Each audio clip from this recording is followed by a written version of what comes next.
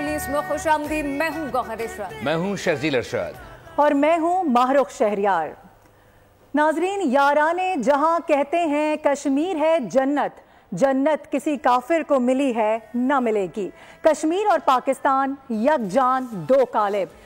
کئی دہائیوں سے بھارتی مظالم کا سامنا کرتے نہتے کشمیریوں کے شانہ بشانہ کھڑے ہونے کا عزم لیے پاکستانی قوم آج بھرپور انداز میں یوم یکجہتی کشمیر منا رہی ہے. مقبوضہ کشمیر کے باسیوں کی آواز سے آج پورا پاکستان ہم آواز ہو چکا ہے. 5 فروری کے روز مقبوضہ کشمیر کے باشندوں سے اظہار یکجہتی کا یہ سلسلہ 4 دہائیوں سے جاری ہے اور جب تک جاری رہے گا جب تک مقصد پورا نہ ہو جائے. یوم یکجہتی کشمیر ایک عزم کا نشان، کشمیریوں کی جد و جہد اور قربانیوں کو خراج عقیدت. مقبوضہ کشمیر کے باسیوں کی آواز سے آج پورا پاکستان ہم آواز ہو چکا ہے. یوم یکجہتی کشمیر پر آج ملک بھر میں عام تعطیل ہے.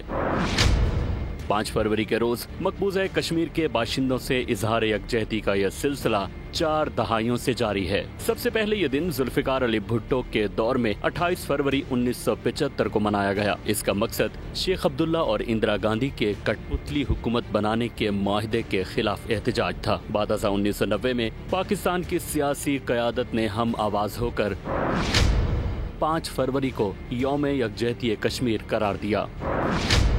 2004 میں اس وقت کے وزیر اعظم میر ظفر اللہ جمالی نے اسے سرکاری دن کے طور پر منانے کا اعلان کیا.